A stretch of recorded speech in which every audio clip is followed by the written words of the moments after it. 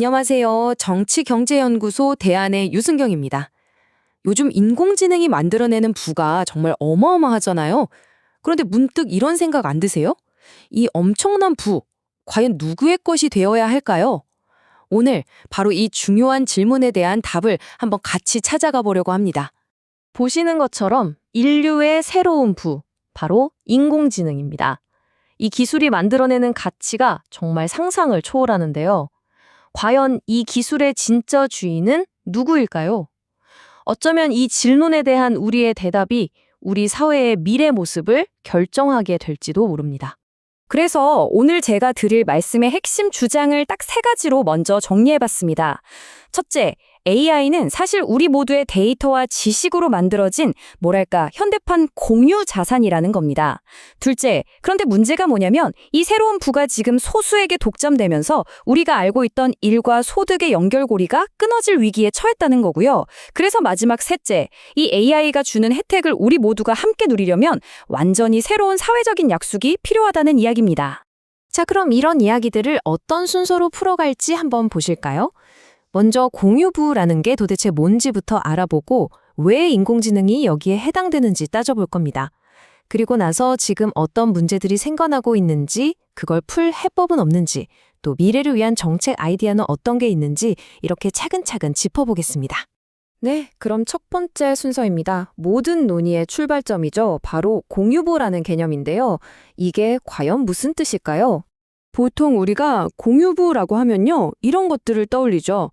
누구 한 사람의 소유가 아닌 것들. 예를 들면 우리가 숨쉬는 대기나 저 넓은 바다, 땅 같은 거요. 그러니까 특정 개인이나 어떤 집단이 이걸 복점해서는 안 된다. 이런 개념이 바로 공유부의 시작이었습니다. 그런데요, 이 공유부라는 개념이 이제 자연에만 머물지 않습니다. 생각해 보세요. 과거에 사회가 발전하려면 모두가 쓸 수 있는 도로라던가 항만이 꼭 필요했잖아요. 이것처럼 오늘날에는 우리가 함께 만들어내고 쌓아 올린 지식, 데이터, 심지어 인터넷 같은 이런 사회적인 자산들까지 전부 인공적인 공유부라는 개념으로 확장되고 있습니다. 자, 그럼 이제 진짜 핵심 질문으로 들어가 보겠습니다.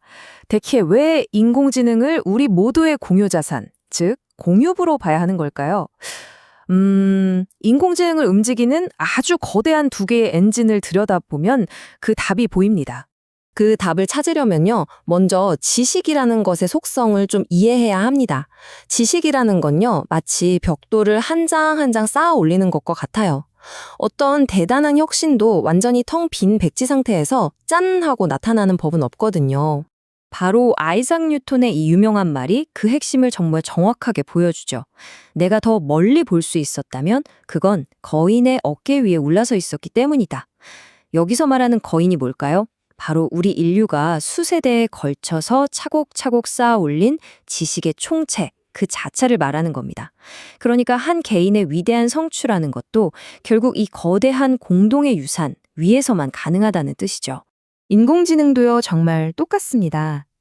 지금의 AI 기술은 바로 우리 모두가 주인이라고 할 수 있는 아주 거대한 두 개의 기둥 위에 서 있어요. 자, 그 두 기둥이 과연 무엇인지 지금부터 하나씩 살펴보겠습니다.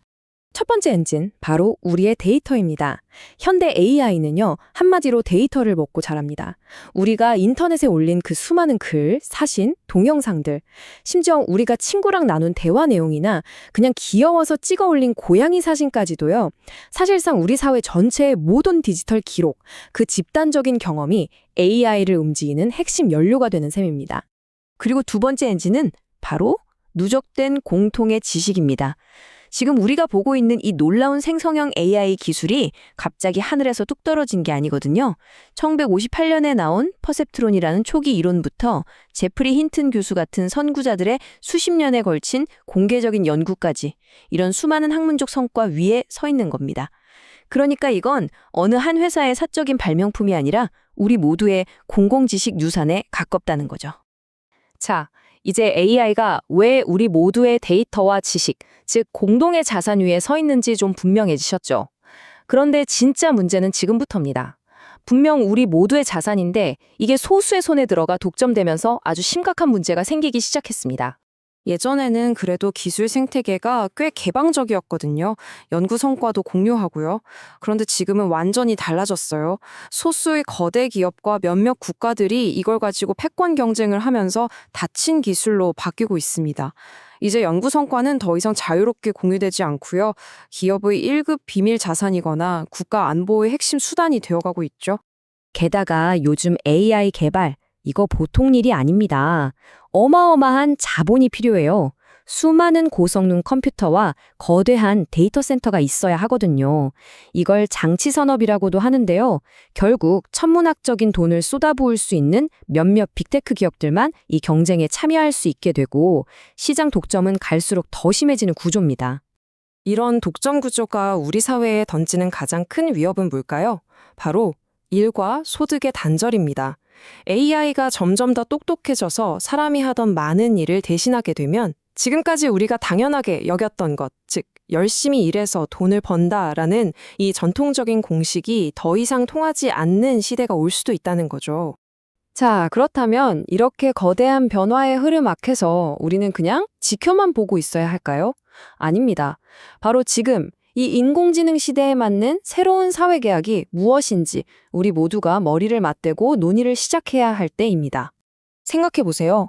AI가 우리 모두의 공동 자산으로 만들어졌다면 거기서 나오는 이익의 일부는 당연히 사회 전체의 몫으로 돌아와야 하는 거 아닐까요? 이게 바로 우리가 제안하는 새로운 사회 계약의 핵심 아이디어입니다. 이건 그냥 그러면 좋겠다는 수준의 제안이 아니고요. 우리 사회가 이 거대한 변화 속에서 앞으로 나아가기 위해 반드시 필요한 새로운 약속이라고 할 수 있습니다. 네, 그럼 마지막으로요. 이 좋은 아이디어를 어떻게 현실로 만들 수 있을지 구체적인 정책 방향에 대해 이야기해 보겠습니다. 크게 두 가지 정도의 모델을 생각해 볼 수 있는데요. 아주 흥미로운 방식들입니다. 방법은 크게 두 가지로 나눠볼 수 있습니다.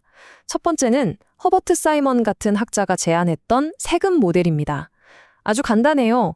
AI 기업들이 벌어들이는 어마어마한 초과 이윤에 세금을 매기는 겁니다. 그리고 그렇게 거둔 세금을 모든 시민에게 기본소득 형태로 나눠주는 거죠. 두 번째는 조금 더 적극적인 방식인데요. 바로 공유 지분 모델입니다.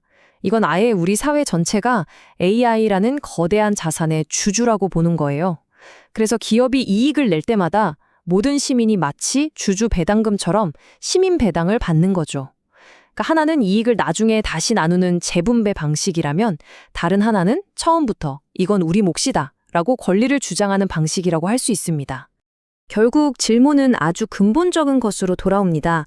이 인공지능 혁명이 가져올 엄청난 이익, 과연 누가 가져가야 할까요? 그리고 그 과정에서 필연적으로 발생할 사회적 비용, 예를 들어 사라지는 일자리 같은 문제들은 또 누가 책임져야 할까요? 우리는 선택의 기로에 서 있습니다. 기술 발전의 달콤한 열매가 소수에게만 돌아가는 그런 미래가 아니라 그 성과를 우리 모두가 함께 나누면서 다 같이 더 풍요로운 삶을 누리는 미래를 선택해야 합니다. 인공지능을 진정한 의미의 공유부로 만드는 것. 어쩌면 이게 바로 그 새로운 미래를 여는 우리 시대의 가장 중요하고 시급한 과제가 아닐까 생각합니다.